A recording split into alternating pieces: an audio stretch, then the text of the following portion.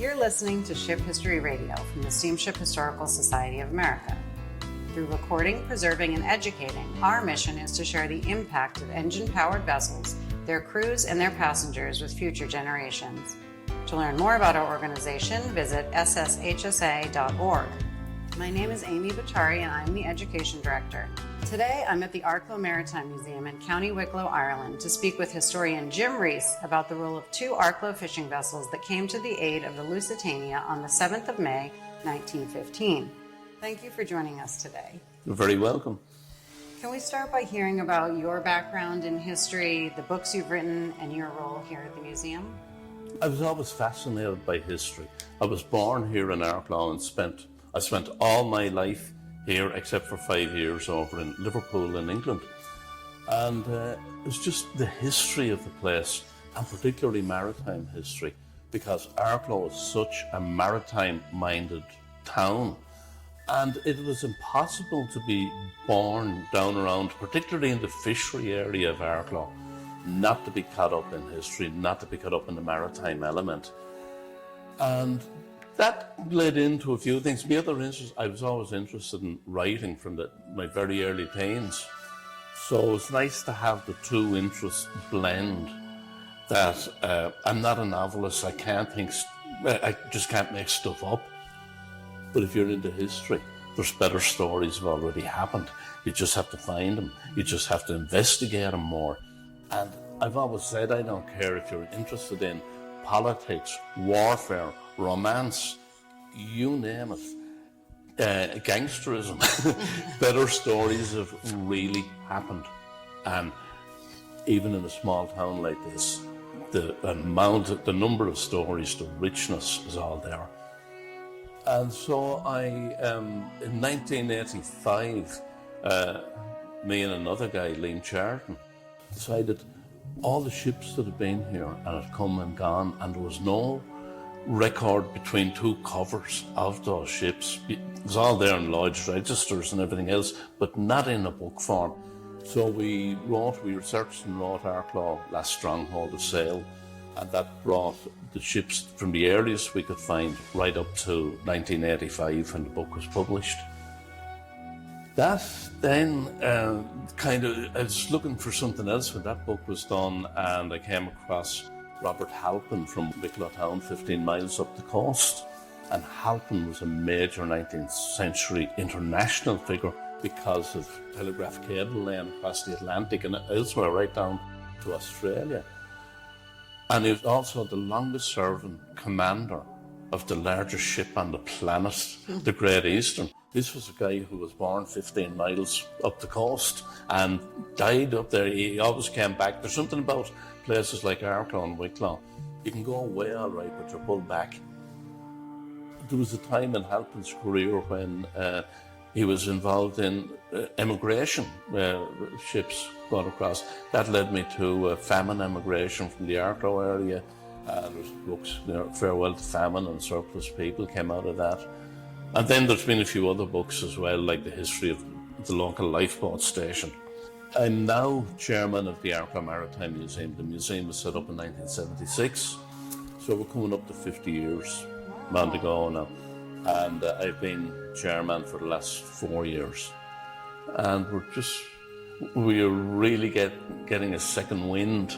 We've doubled the size in the last 2 years, and the visitor numbers are really up. Can you tell us a little bit about the history of Arklow and why there is such a strong maritime connection here? Arklow is probably one of the oldest towns in Ireland, and it's credited with being founded by the Vikings who came here in the early 9th century. How much of that embryonic town was really, it said, just a trading post and things like that? And when did it slowly coalesce and develop into the makings of a town is open to question, but definitely its Viking origins.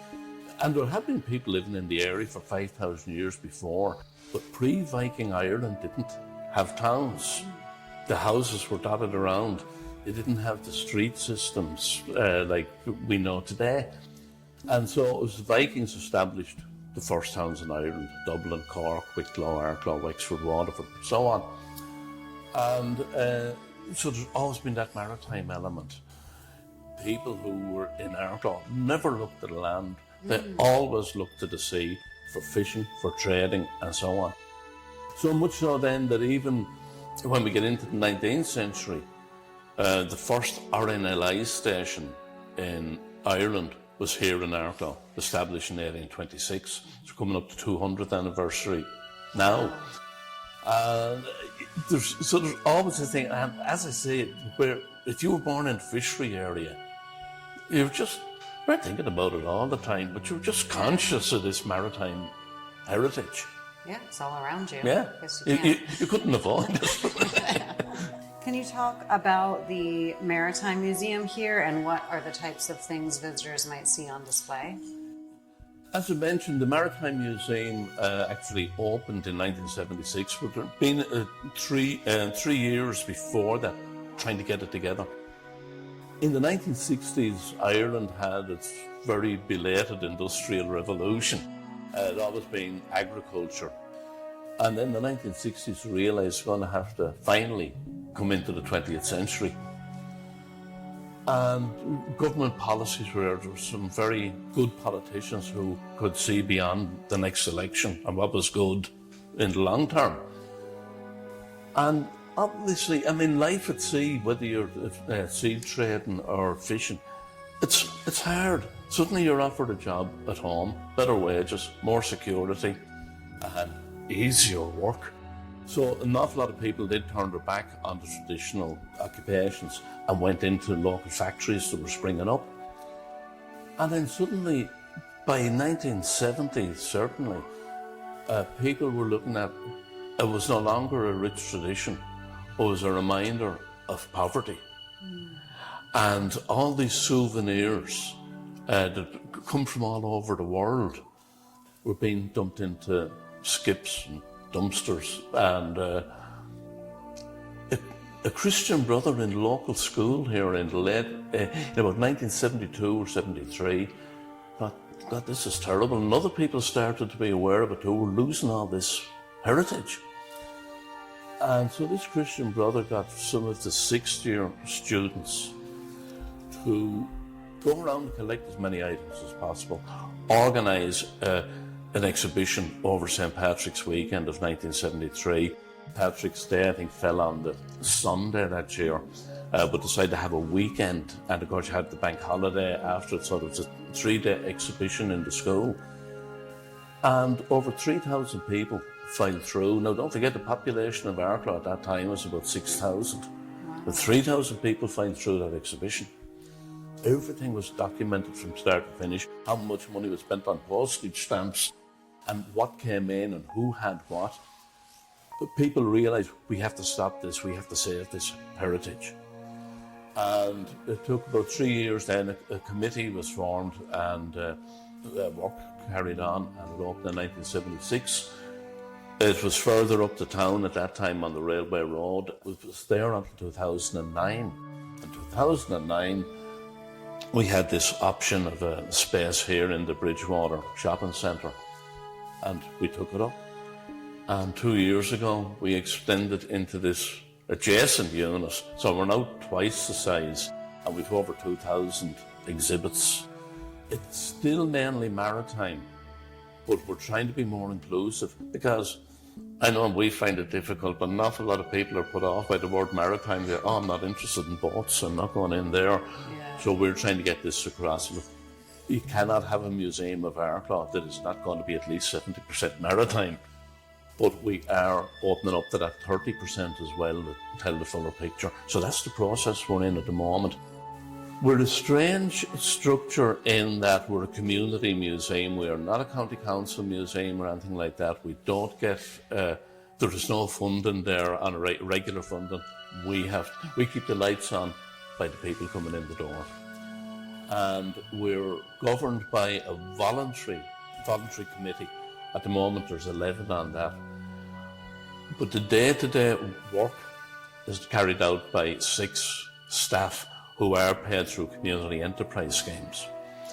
And that's brilliant, and that allows us to be closed for only 4 days a year. Christmas Eve, Christmas Day, Stephen's Day, and New Year's Day.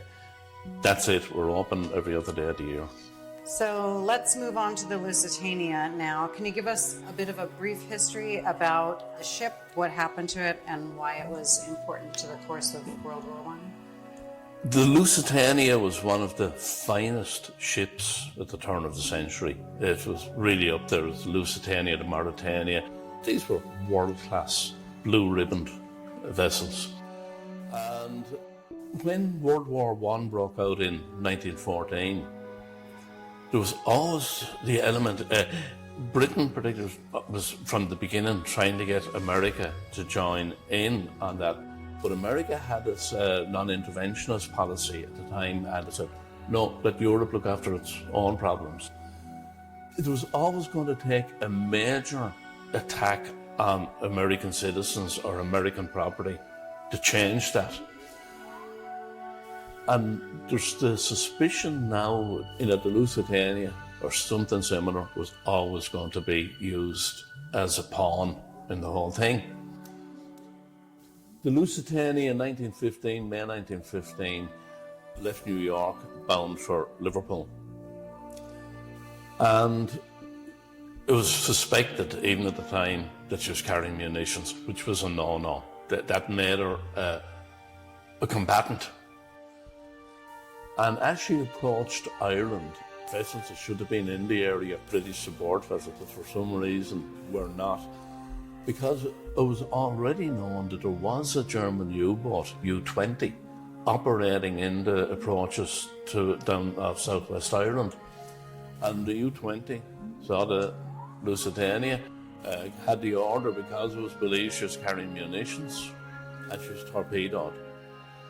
Now, like any normal human being, I don't understand how anybody could do that. But in a time of war and somebody acting on orders, I still don't really understand it, but I'm not in that situation. But if you get the order, look, this is a legitimate target, fire. Equally, the Germans obviously were really condemned for that action. But equal condemnation is deserving if the whole thing was engineered. It goes right across the board. Because the bottom line were there were well over 1,000 people lost their lives on that.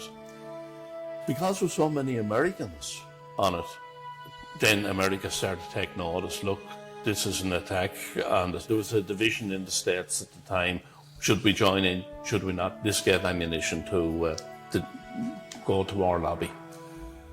And that is why it is so important. It took another 15 months or so, but it did actually bring America into the war on the side of Britain and France. So that's why it's important. Can you talk about why there were Arklow fishermen in that area at that time? The Arklow fishermen's year was very strange, very different to a land-based community. You had to follow the shoals where they were at different times in the year. And always between, when you get to February in the year, the fishermen would start checking out their boats, checking out their gear, everything was ready after the winter and so on. And then they would get to St. Patrick's Day, 17th of March, and they would have presumably a fairly good Patrick's Day. So either the day after that or maybe the day after that. Depending on how good the nets were. And they would head down then to West Cork for the mackerel fishing off Kinsale. And it would be in West Cork from mid-March until the end of May. That's why it's strange. If you look at the 1901 and 1911 census for Arklow, as I've done a lot of research into it, there's so many fishermen missing. They're all down in West Cork on the night of the census, which was always the end of March. And so they were down there, and on the 7th of May, 1917, the Lusitania was attacked. Hundreds of people in the water within minutes. Two of the first vessels out to pick up these survivors were two of the Arklow fleet. There were well over 80 Arklow boats down there. It was a big fleet. And there was Captain James Hagan of Dan O'Connell and Captain Eddie White of the Elizabeth. And they picked up some. Now, it's a very complicated story, and if you don't mind, I'd like to read an excerpt because this has to be got right. Yeah, that'd be great. And this is from the book Maritime Arklow by Frank Ford. This is what appeared in the local newspaper of the time, the Wicklow People. And you can see how partisan it is. While during the last week the whole civilised world has been horrified by the cruelty and cowardice of the Germans in sending the huge liner Lusitania to the bottom of the sea with hundreds of human souls, it is with certain pride that we ascertain that some of the brave Arklow fishermen, ever responsive to the cause of distress, played a very prominent part in the heroic work of mercy. The Arklow steam drifter Dan O'Connell happened to be in Kinsale. When the report of the sinking was brought in, she proceeded in haste to the scene of the disaster and picked up the first of the Lusitania's lifeboats, containing about 40 people. Captain Hagan put one of his men on board to pilot her into Kinsale and continued on towards the wreck. In a letter to a friend, he said that such a scene was impossible to describe. There were about 12 boats picking up the living and dead, while the first boats were returning to land survivors. He himself went on to pick up the dead and landed about 60 bodies of well-dressed people and towed in one of the lifeboats containing 30 dead bodies. Some of the other Arklow boats in the area were also on the scene. Now, the interesting thing about it mentions there that they Dan O'Connell took in one of the Lusitania's lifeboats containing 40 people, but were intercepted by one of the British tugboats who had gone to the area.